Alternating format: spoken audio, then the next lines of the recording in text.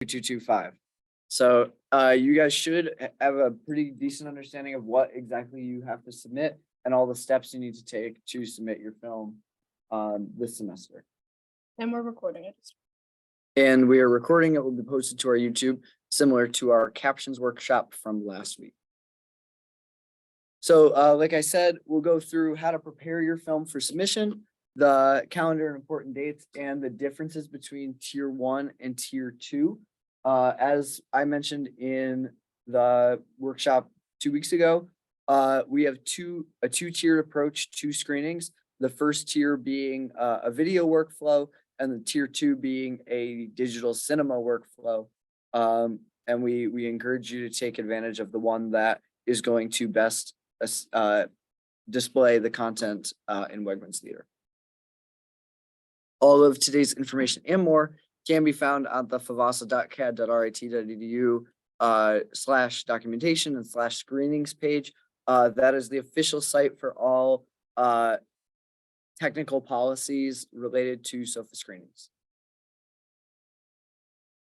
So the screenings process at this point in the semester, like week 12-ish, April 10th, you should be done with pre-production into, if not wrapping up production, and definitely into post-production. What we cover mainly deals with the post-production and QC and submission. QC is quality check and submission stages of the semester.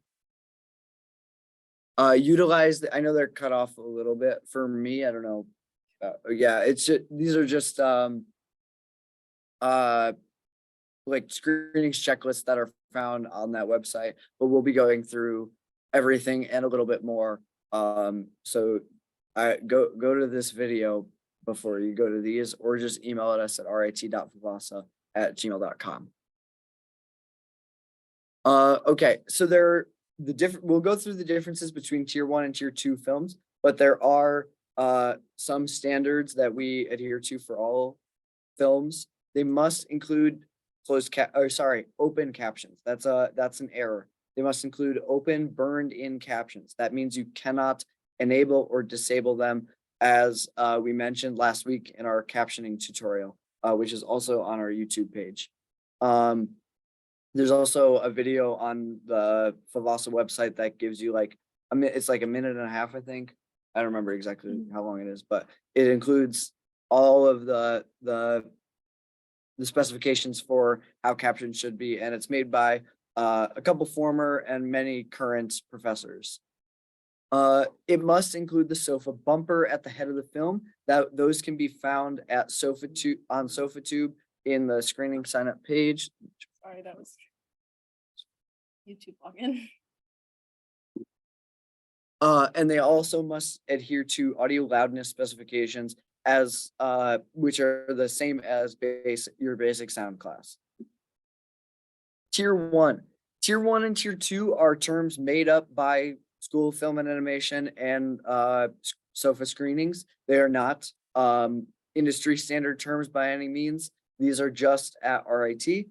Tier 1 would refer to a video workflow in the industry.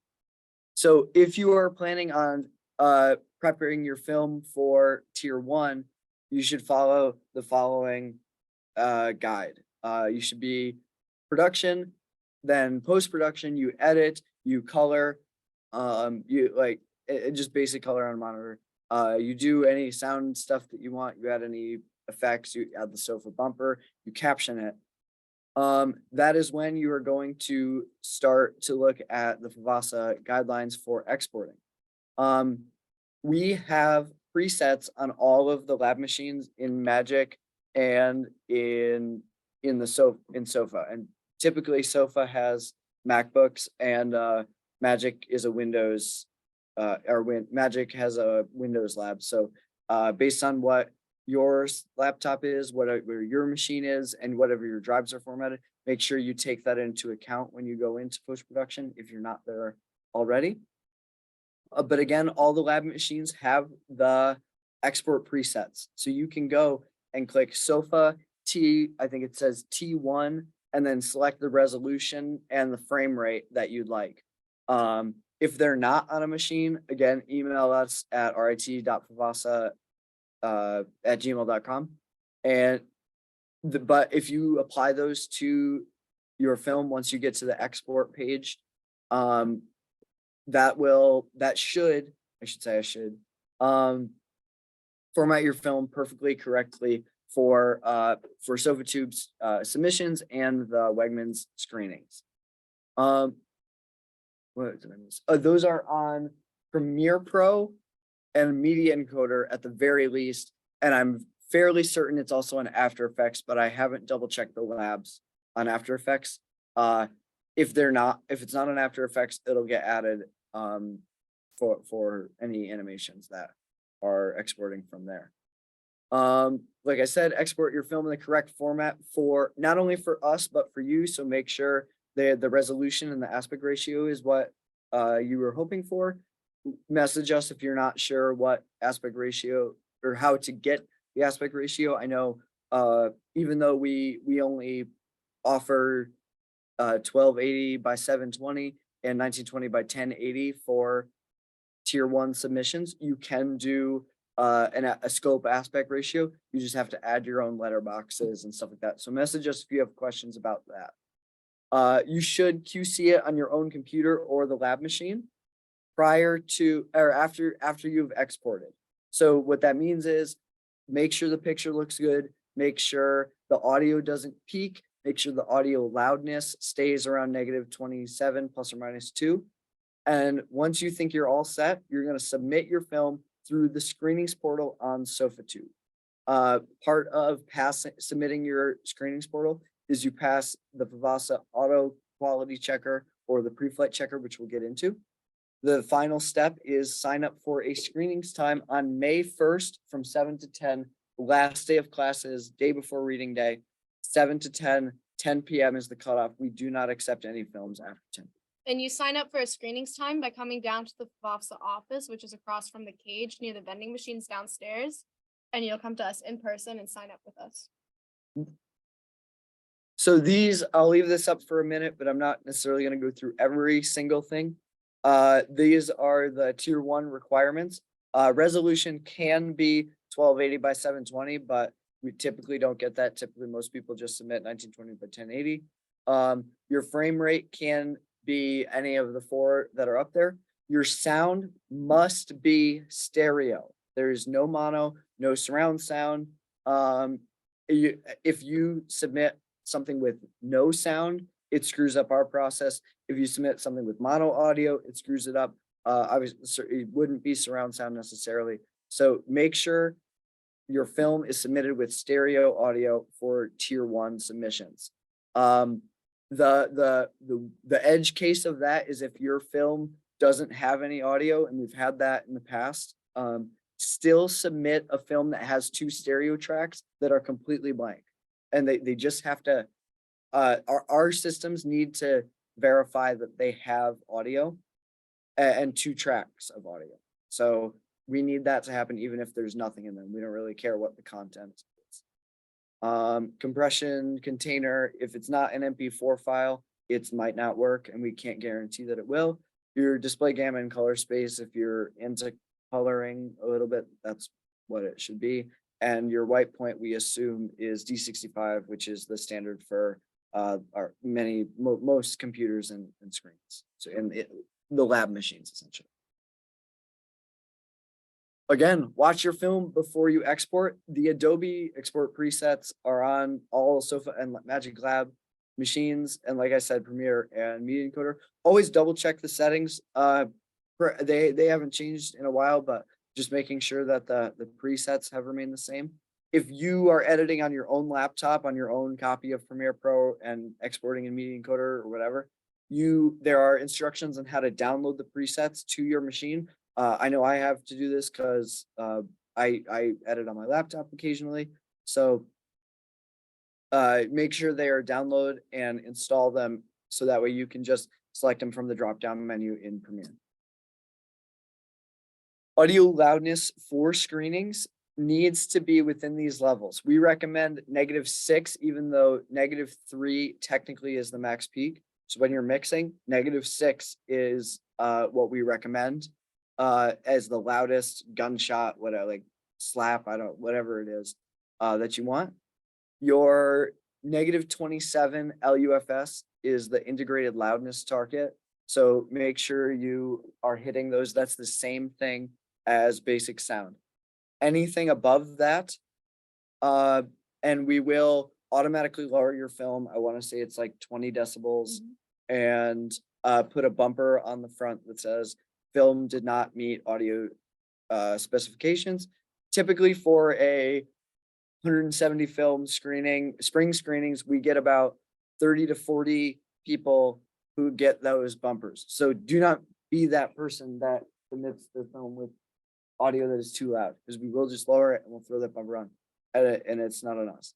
The easiest way to do that is the loudness radar and loudness meter in either Pro Tools or Premiere Pro. All you do is for Premiere Pro is you throw the loudness radar on the audio tracks and you let your film play from beginning to end. It'll tell you what the max peak is. It'll tell you, I think, the short term integrated loudness and also the long term, which is the LUFS value. Make sure that's plus or minus to -27. Again, like basic sound. There are, again, all the documentation is on our website. Quality control, or QC, for tier 1 consists of checking your content on your computer, checking your encoding settings, and making sure your submission follows the requirements. And you should use the loudest meter or radar and read the pre-flight check, which is on the next slide. I'll go through that. You can also sign up for a quality control or quality check in person with us, and I'll get into when that will be. And you are allowed to see it in Wegmans. We do typically get a lot more tier 2 submissions that want to QC their films. So, but we should be able to fit you in. It's usually not terribly busy. So that'll be sign up later. And if you just want to see it in Wegmans once before we play it at screenings. So like I said, the pre-flight check is new-ish. It was here last fall. So if you haven't submitted since last fall, it is newer. Basically, the only difference is once you select your film from, you go through the steps on SofaTube and you select your film, SofaTube will analyze it in the background and spit out all the data that your film is. You should have 7 check marks, 1 for the loudest norm, 1 for the true peak, overall audio, stereo audio, codec resolution, and frame rate. It will say passed in the bottom left-hand corner if you have passed. So as you can see that it's -26.92, that passes. The true peak is totally fine. It checks the audio, it checks for stereo audio. Make sure that all those are checked, because if they're not, they will, we can't guarantee that they'll screen. So that's why we included it. It's so that way you guys can see immediately whether or not your film passed or not. If your QC fails, make sure to fix whatever the issue is, or I know a lot of times people will like export on the last day of classes and then submit to SofaTube right from there. Make sure you either, if it does fail, if you do that, which we do not recommend, if it does fail, make sure to fix something, but we recommend you export a few days before so you can email us if something fails and you don't know how to fix it. Submissions, you need to submit through the screenings portal, which is at the link on the screen. It's on SofaTube. I do use it a lot, but I think it's pretty easy to use. Next Monday, you'll get an email with all of the technical policies and screening sign up information, as on Monday. Monday is the day that SofaTube will open. So you have until from April 17th to May 1st to submit your film, May 1st at 10 p.m. Once you submitted, you'll receive a ticket. You'll bring that ticket, you can either print it out or it's an email receipt. You'll bring that ticket to the sign up on Monday, May 1st from 7 to 10. and you'll show us your film. Make sure when you submit and you export, you need to follow the naming convention, last name, underscore, film name, underscore, month, day, year, dot MP4. Again, we promote professional practices, and naming conventions are included in that. We need this to be able to navigate our system and determine whose film is up next, and make sure we have everybody in SOFA 2. Sign up is in person for the majority of students, or if you are a graduating senior, you can email us prior to the Sunday, April 30th. So Sunday, April 30th at 10 p.m. Is the final time for graduating seniors to email us a time for screening. Other than that, they'll have to sign up and wait in line with everybody else. Tier 2, which is typically more of the upper level students and capstones and stuff like that. But if you have elements and you take advantage of the spaces like the color theater, like the sound mix booth to my right, or any of the other really awesome things and workflows that we offer at Magic and Wegmans, submit tier 2. Preparing for screenings for tier 2 is very, very different, as it is a digital cinema workflow instead of a video workflow. Digital cinema means that it's the exact same way, not exactly, but it's a very similar process to how a feature film might arrive at a Cinemark theater or something like that. So, Ryan's said that technically that's an oversimplification, but anyway, you'll go through production and tier 2 post-production. Typically what we mean by tier 2 post-production is sound or color or something that requires that you want a more robust file for. You'll create DSMs or digital source masters. There is a picture DSM and an audio DSM. The audio DSM consists of all the audio tracks that you have. So if you're doing a surround sound mix in 5.1, you'll submit 6 audio tracks, and you'll put it in DCP-O-Matic, and you'll have to route where each audio is going to the different mode. And if you're working with the sound mixer, they should know how to do that. And if not, again, reach out to me or FVASA. From there, all the machines in Magic, and I believe also in SOFA, have DCP-O-Matic installed. And part of what I'm going to do this week is check to make sure the versioning is correct and the presets are on there. But you'll go into DCP-O-Matic, load your picture and your audio. You'll make sure the first step is to select the format that you want to go in, which I'll go through in a minute. Once you hit make DCP, you'll wait there for a long time because it takes a long time to make a DCP. At which point you can go through a tier 2 QC with me and the FVASA staff. And that'll be the 2 weekends from now, which again, I'll get into. Prior to tier 2 DCP exhibition at screenings. Once you submit your I should mention, and it'll come up later, DCPs can be automatically submitted to us, so you don't have to submit the DCP. You do have to submit a video trim file following the tier 1 guidelines. So if you're shooting your film, you also need to submit the MP4 version of that to SofaTube, because SofaTube can't handle DCPs, just like Wegmans Theater can't handle MP4 files. So make sure you submit on there, and that also is where you'll get your receipt, and you can go to your screening sign up, or if you're a graduating senior, email us. At which point it'll go into the SofaTube web archive, so that way future generations of RIT students can see it. Tier 2 requirements, there's a lot more options, and the files are a lot more robust. So higher resolutions, flat scope, 2K, 4K, aspect ratios are 1:8:5 or 2:3:9. We typically refer to those as flat or scope. Depending on what the content of your film is and what the message is, you might choose an aspect ratio that's different from that. work with either your editor or us to fit, and we can figure out what is the best option for either if we need to letterboxing or pillar boxing, or what you should export as. Frame rate for DCPs cannot be anything other than 24 frames per second for SOFA screenings. So make sure it is 24 frames per second when you submit.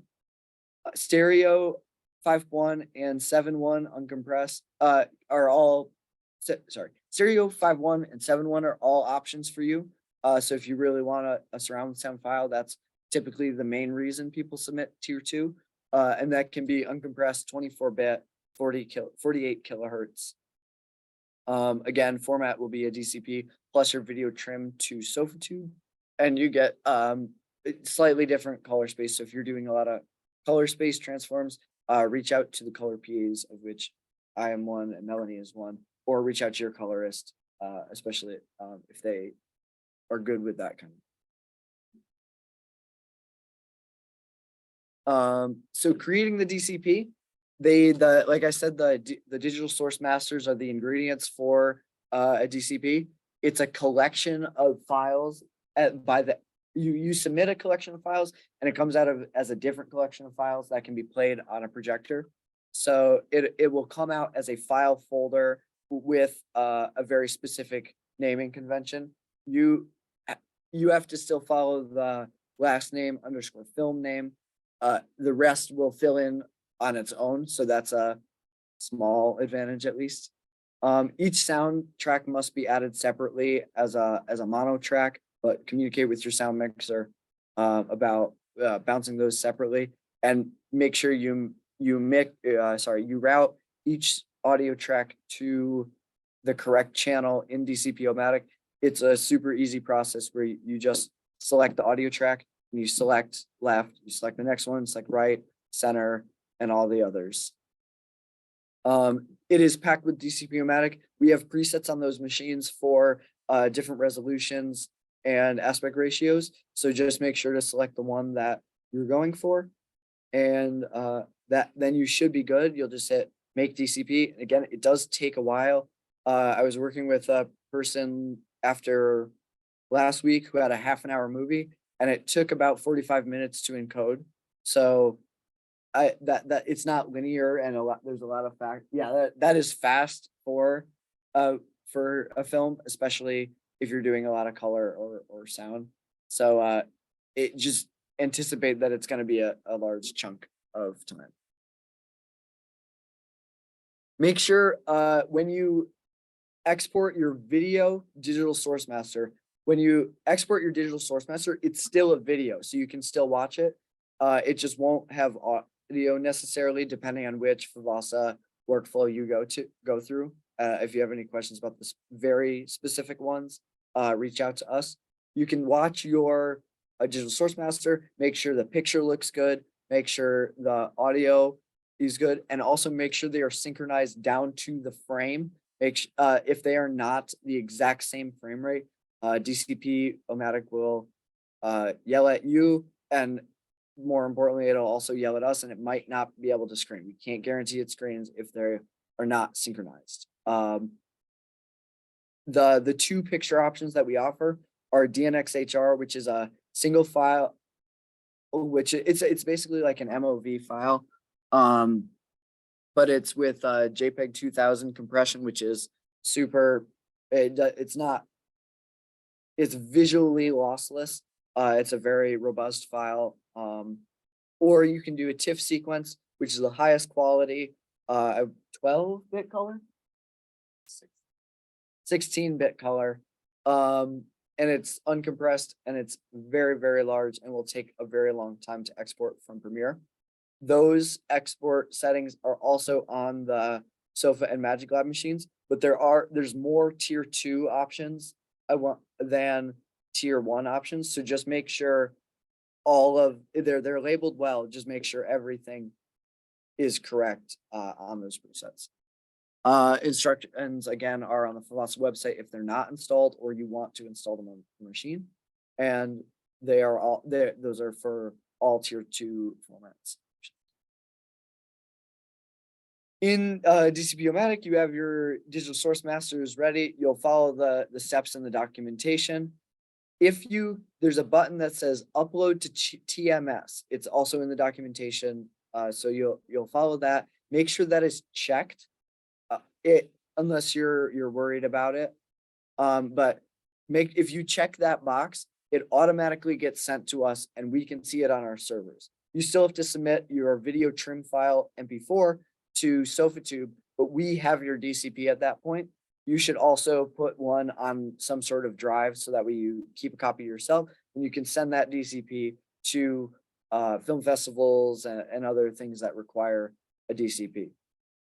If you're worried about it getting sent to us automatically, talk to us, but it's never been a huge issue before. But just wanted to. Like I said, DCP doesn't work on SofaTube, so we need to create a video trim file. You can use your DSMs to create. You'll put them both in a Premiere timeline, and you'll select the tier 1 requirements for, or tier 1 preset for the export. So you'll export it using the DSMs still, and that'll go on to SofaTube and allow you to sign up for a screenings time. For the QCs, typically most of the QCs are tier 2 submissions. Again, it'll be automatically uploaded to our servers through DCP-O-Matic. Those are automatically connected. And then you can sign up for a QC. I don't have the dates updated, but I will by the end of the week. They will be for 2 weeks from now, which is the 22nd and 23rd to the 29th and 30th, which is about 8 or 9 days.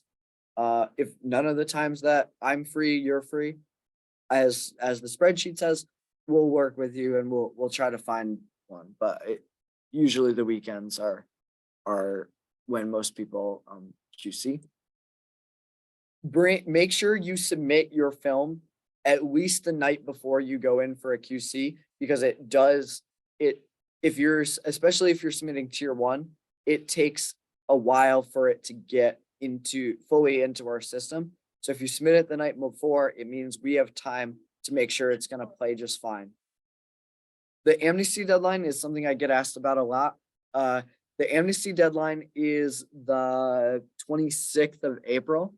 And if you submit your film before the 26th, we will work with you and we will guarantee full technical support throughout the process if we find anything wrong during a QC session.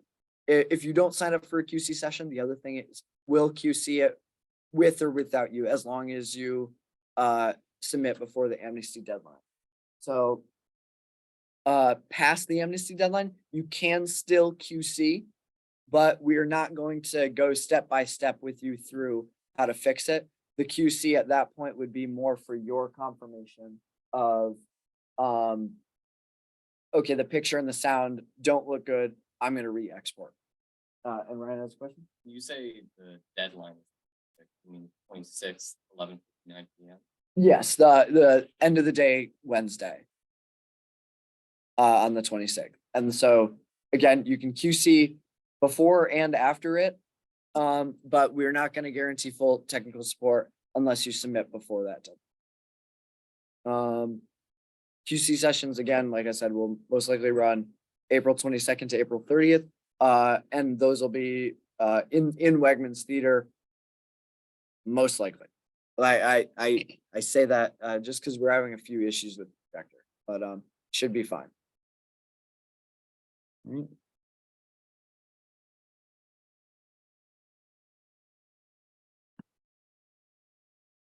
So tier 2 submission, if you pass your QC and you enjoy it, you think it looks how you color graded it, or it sounds like you mixed it, then you're all set. You've already submitted your DCP. Make sure you have submitted that trim file and sign up for a screenings time from 7 to 10 on May 1st. If your QC fails, if you submit before the deadline, we'll work with you. Afterwards, you'll have to work on your own to fix whatever the issue might be. And so you can check the tier 2 QC submission chart for resubmission policies, and that's on our website. Don't, for tier twos, also don't forget the sofa bumper. That should really be in your digital source master for the video. But it can be applied in DCP-O-Matic as well. I can work with you on how to do that, but you can. No, I know. Yeah, what? Okay, Brian's berating me. But yeah, you can download that from the SofaTube website, and those are again all the versions for tier 1 and 2. Additional notes. As we went over last week, we require 99% accurate captions for all films. Even if your film has no dialogue, if it has sound, there should be captions. So a lot of times, less so on live action, more so in animation, there will be films that don't have any dialogue, which is totally fine. It's your creative endeavor. We just need to be able to provide access services for our deaf and hard of hearing population. So if there's music, or if there's wind rustle or footsteps or anything that would require like action captions, make sure those are in there. If we manually QC all these films for specifically captions, and if we mark it in our spreadsheet as having no captions, we're not gonna say why it doesn't have captions. We're just gonna see that it doesn't have captions, and we're gonna shine the spotlight onto the podium for the interpreters. I do want to go over this week as well as we went over last week. FVASA doesn't reserve interpreters for the time because we're not allowed to take access services away from other exams and other things that week. So if you are a person who normally has to request access services for club meetings or whatever it may be, make sure you do that. I know when Kiyosato was here, typically he would reserve interpreters for the whole time. But again, so just to state that, because I know it comes up typically around this time. Unfortunately, it's not. We're not allowed to reserve interpreters for the entire screenings. Head to our FVASA website and our YouTube channel for our captioning tutorials. Currently, you will need open captions, which are burned in. So if you are submitting to film festivals or whatever, you'll burn in these captions. And if the film festival can handle closed captions, you can send them a closed caption file or whatever they do. For us, make sure they are burned in. We should not be able to enable or disable them. They should just be already in the video. And this more in depth on the amnesty deadline, which is April 6th at 10 p.m., not 11:59. So 10 p.m. Any student who submits before the amnesty deadline will be afforded a guaranteed QC assessment and will be fully supported by FVASA to correct any technical issues discovered. If you are a graduating senior, the benefit to this is you will not need to format or forfeit your screenings time. So it generally, if you submit your film after the amnesty deadline and you give us the time that you want to screen and you QC with us and you decide you want to submit a new file, you have to pick a new time, and at that time is then opened up to other seniors and the general public once that the screening sign up comes up. Films submitted after the amnesty deadline but before the general submission deadline that are found to have technical flaws by the filmmaker. So the filmmaker finds a technical flaw after the amnesty deadline and before the general submission deadline. The filmmaker can still correct those, but they will not be allowed to keep their original screenings time, again, if they're graduating seniors. And if the filmmaker does not find any errors submitted after the amnesty deadline, FVASA will alter your film to be able to meet spec. Typically that's audio. So if your film does not meet audio specification, we are allowed to bring it down so we do not blow out our speakers and wagons. Film submitted after the amnesty deadline and the general screenings deadline risk not being screened at all, which is pretty standard. I think you're not allowed to submit films late, and late is 10:01 p.m. on May 1st. So this is the dates. I know I will have the 22nd, 23rd through 29th and 30th blocked off for QCs.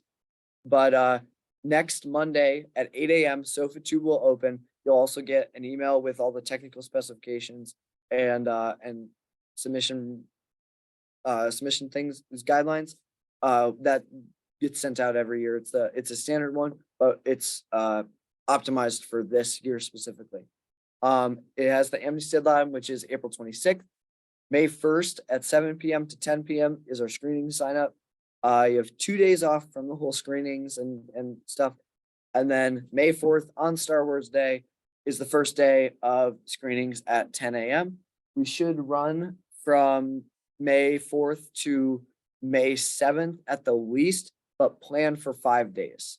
So we're not totally sure how many films we're gonna get.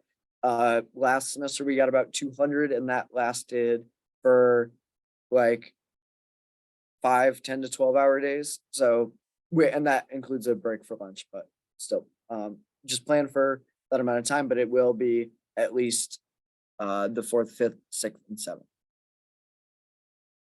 These are our websites one more time and the email you should email with any questions. And I think that's all. Does anybody have any questions?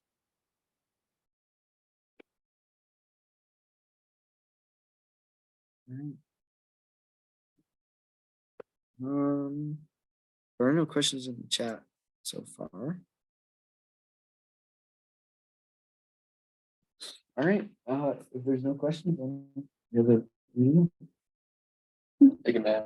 Thank you, man. That was awesome.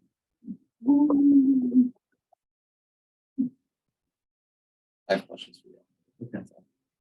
Go, Ryan. Very chance. Yeah. No, it's just like more like specifics, like product management. One, I didn't realize tier 1 was supposed to be for like 2. That's kind of confused. It's just funny because like I feel like I've been saying to people like Rec 709 2.4, that should be like your just like standard. But it's not actually it's any submission that we do. Right, other than this guy, which is. But for not license. but not even for any of this. No, I'm gonna keep recording. you don't have to. No.